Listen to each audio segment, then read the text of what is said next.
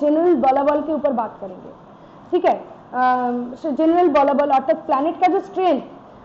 किस तरह से देखा जाता है, उसका कॉम्बिनेशन। असल में जो प्लैनेट D1 में जो हम लोग चार्ट को रीड कर रहे हैं, वो अगर प्रोजेनी फिर उसका D10 अर्थात कैरियर उसको देख रहा है, D10 को देख रहा है, बट असल में उसको मिलेगा कि नहीं मिलेगा उसको देखने के लिए हमको नवंसा हर एक चीज के लिए,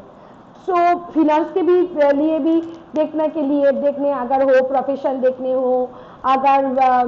करियर देखने हो, अगर प्रोजेनी देखा तो संतान को देखने हो, एजुकेशन को देखना, हर एक चीज को देखने के लिए D9 को देखना ही पड़ेगा। ये बात हम लोग आज जो चीज के ऊपर बात करेंगे, मैंने ये भी बोले हैं, या इस वीडियो को देखने के बाद आप लोगों को डाउट नहीं रहेगा कि किस तरह से नवंसा को देखा जाता है। तो आज हम लोग जनरल बलाबल के ऊपर बात करेंगे। तो इसके बाद देखिए और एक चीज सबसे ही इम्पोर्टेंट चीज, कोई भी ट्रांजिट में अभी जो जुपिटर आप देख रहे हैं मीन राशि में है, सैटर्न जो है आप लोग देख रहे हैं कैप्रिकॉर्न में है, बट नवंसा में कितने दिन रहेगा, कोई एक नवंसा में कितने दिन प्लैनेट, जैसे आप लोग जानते हैं कोई एक राशि में 2.5 ईयर्स कोई एक राशि में सैटर्न रहते हैं, बट वो जो रहते हैं 12 महीने जो उधर रहेगा, तो अब 2.5 ईयर्स अर्थात जो रहेगा उधर जितना मंथ, उसमें नवंसा में कितना दिन रहते हैं कोई एक नवंसा में। और जो जैसे कैप्रिकॉर्न में 0 से जैसे 30 डिग्री तक कैप्रिकॉर्न में उधर जो पास करेंगे, बट उधर कैप्रिकॉर्न नवंसा में कहाँ पर ट्रांजिट कर रहा है, ट्रांजिट में भी नवंसा में भी चेंज कर रहा है, कैसे कर रहा है, कितने दिन रहते हैं, वो आप लोग देखिए इस चार्ट देखने से आप लोगों को पता चलेगा। जैसे देखिए कितने दिन तक एक नवंसा में रहते हैं कोई प्लैनेट, देखिए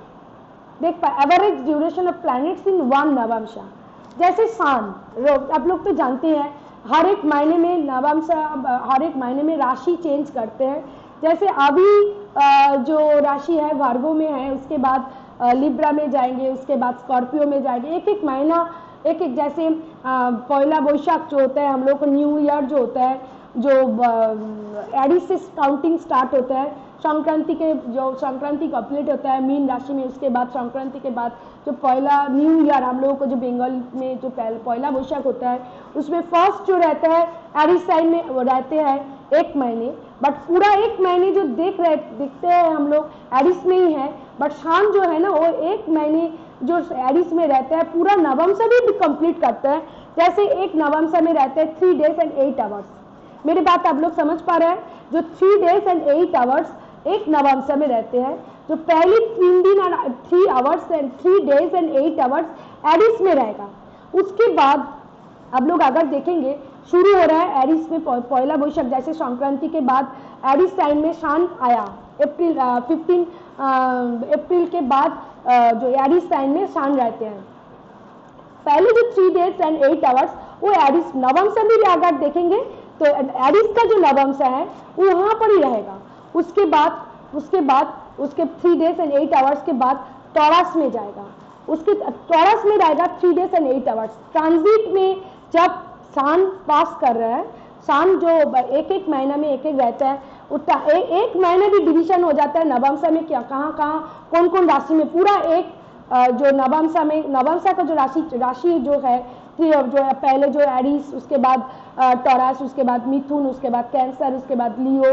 इस तरह से एकदम 3 days and 8 hours हर एक राशि को कंप्लीट करके एकदम और फिर उसके बाद 1 महीना जब एरिस से, उसके बाद संक्रांति के बाद एरिस में पूरा महीने रहा, उसके बाद जब टॉरस में रहेगा सेम वो एकदम सेम नवंसा, फिर same 3 days and 8 hours average duration planet in 1 नवंसा। जैसे उसके सेम टॉरस, उसके बाद जैसे अप्रैल मई में मास का जो 15 तारीख के बाद अप्रैल का 15 से मई का 15 तक वो जो एरिस में रहा B1 में, बट हम लोग नवंसा पूरा एकदम 3 days 8 hours करके घूम कर एकदम उसके बाद टॉरस में जब मई मास से एकदम जून तक वहां पर रहेगा, बट नवंसा में चेंज हो जाएगा। नवांशा में 3 days 8 hours एक एक राशि के अंदर रहेगा, एकदम चक्र कंप्लीट करेगा, उसके बाद मिथुन में जाएगा। उसी तरह मून जो रहता है नवांशा, हर एक नवांशा में हम लोग जानते हैं 2.5 दिन एक राशि में रहता है। हम लोग जानते हैं D1 में 2.5 दिन 2.5 days एक राशि में, एक नक्षत्र जो कंप्लीट करते हैं, एक एक 13 डिग्री 20 मिनट करके एक एक नक्षत्र हर एक दिन कंप्लीट करते हैं। आप लोग जानते हैं, बेसिक का चीज है। उसके मून का जो ट्रांजिट नवंशा में रहते हैं 6.5 hours रहते हैं। अब आप देख रहे हैं मून जो आज जो मीन राशि में है, उत्तर भाद्रपद, पूर्व भाद्रपद, उत्तर भाद्रपद की रेवती जो भी देख रहा है, बट मून का जो नक्षत्र है उसको नवंशा में अगर आप लोग देखेंगे 6.5 hours करके ये इसको कंप्लीट करता है नवंशा को। मरकरी जो डे लेता है 2 days and 5.5 घंटा, 2 days कंप्लीट करते हैं ना 5.5 hours। वेनस जो रहता है 2 days and 16 hours एक नवंशा कंप्लीट करते हैं, एक नवंशा में रहते हैं 2 days and 16 hours रहते हैं। ये सब जो कैलकुलेशन है ना, जो वेनस का जो वेनस का जो ड्यूरेशन रहता है ट्रांजिट में, जो जितना दिन एक राशि में रहता है उससे कैलकुलेशन करके ये दिया हुआ है। मार्स 4 days and 10.5 hours रहते हैं। Jupiter, Saturn, Rahu and Ketu, इसको देखिए, वेरी इंपॉर्टेंट। एक एक महीना रहता है, जुपिटर एक महीना रहता है। जैसे अभी जो देख रहे हैं मीन में जो है, बट नवंशा में कहाँ है वो आप लोगों को देखना है। मेरे ख्याल से लिब्रा और स्कॉर्पियो को ये राशि में होगा, ये कंप्लीट करेगा एकदम एक्वेरियस तक कंप्लीट करेगा, उसके बाद ही जुपिटर मीन से एरिस में आएगा। इस तरह से होता है। जुपिटर जो होता है एक एक नवंशा में 1 month and 10 days रहते हैं, एंड सैटर्न जो है 3 months 10 days रहते हैं। जैसे कैप्रिकॉर्न में आप देख रहे हैं, वो नवंशा में असल में कोई एक राशि में जो पास कर रहा है, और जब पास करेगा तो 3 months and 10 days रहेगा। And Rahu and Ketu 2 months 2 days रहते हैं, 2 months and 2 days। और हर एक लग्नों जो अभी जो लग्नों जैसे मैं आप लोगों को पढ़ाना चालू किया था, एक लग्नों 13 डिग्री 13 मिनट्स एंड 20 सेकेंड्स जो रहते हैं, और लग्नों अभी का जो शुरू जब किया था, अभी जितना मिनट्स कंप्लीट हुआ है 26 मिनट 42, मेरे ख्याल से एक नवंशा कंप्लीट हो गया। जिस नवंशा से, जिस लग्नों से हम लोग ने स्टार्ट किया था, एक नवंशा कंप्लीट हो, दो नवंशा कंप्लीट होने के आ रहे हैं। तो इस तरह से हर एक 13 मिनट्स एंड 20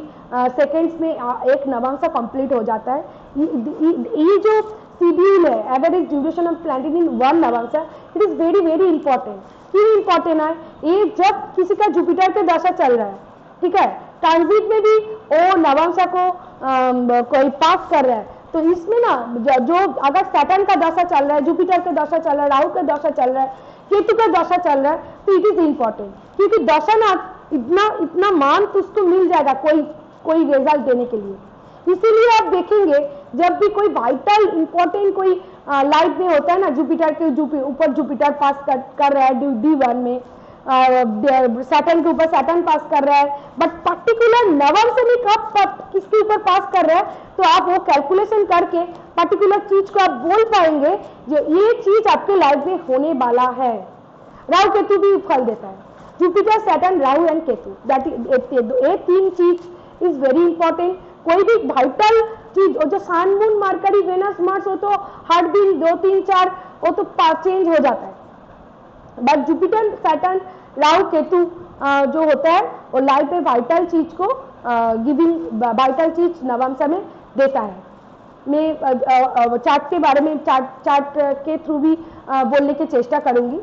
आप देख रहे हैं कोई आपको उसका जुपिटर का दशा चल रहा है, अब मैं एक एग्जांपल दे रही हूँ। किसी का अगर समझिए जुपिटर का दशा चल रहा है, वो आप उसके लाइफ में जुपिटर के दशा, उसके लाइफ में जुपिटर के दशा चल रहा है, तो आप देख रहे हैं जुपिटर के दशा चल रहा है, तो अब नवंशा में आप उसके करियर के लिए पूछ रहे हैं, तो आप पूछ रहे हैं तो उसका तो जुपिटर, अगर पूछिए आप पकड़िए मिथुन